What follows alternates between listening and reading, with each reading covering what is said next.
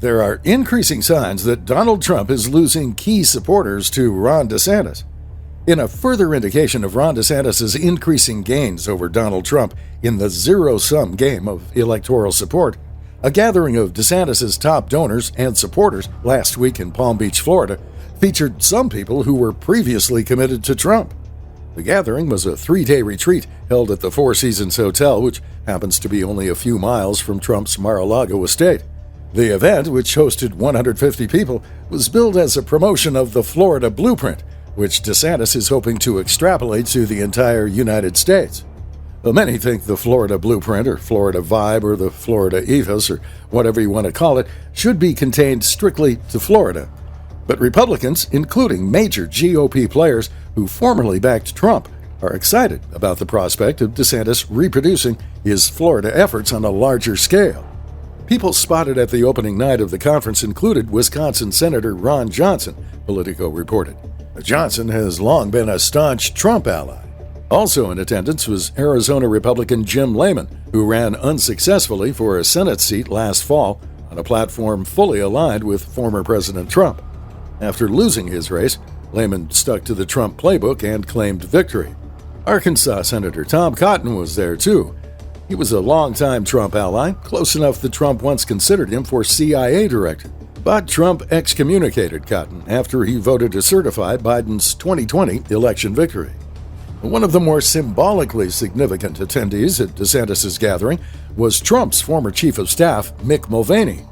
Mulvaney left the administration following the January 6th Capitol riot, and he's harshly criticized the former president over his decision to wage a 2024 comeback, saying Trump is, quote, the only Republican who could lose the election, Politico reported.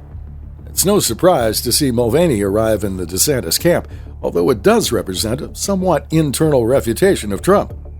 Roy Bailey attended too. Bailey is a longtime Texas fundraiser who was central to Trump's campaign finance committee.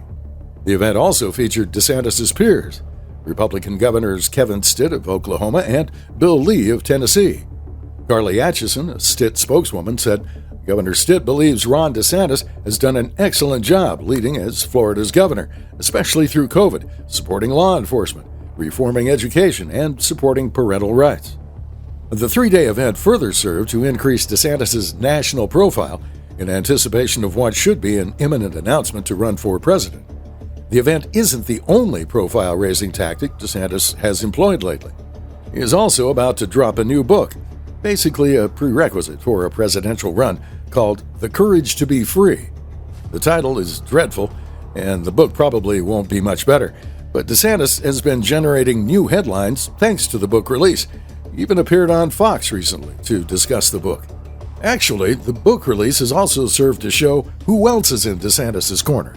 Rupert Murdoch has used his various media outlets, Fox News and the New York Post, to promote the book favorably.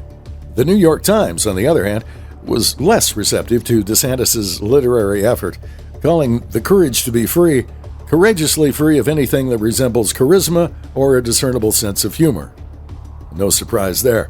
DeSantis is visibly stiff and certainly appears to be humorless, but maybe he was able to loosen up and joke around last weekend with his gathering full of former Trump backers.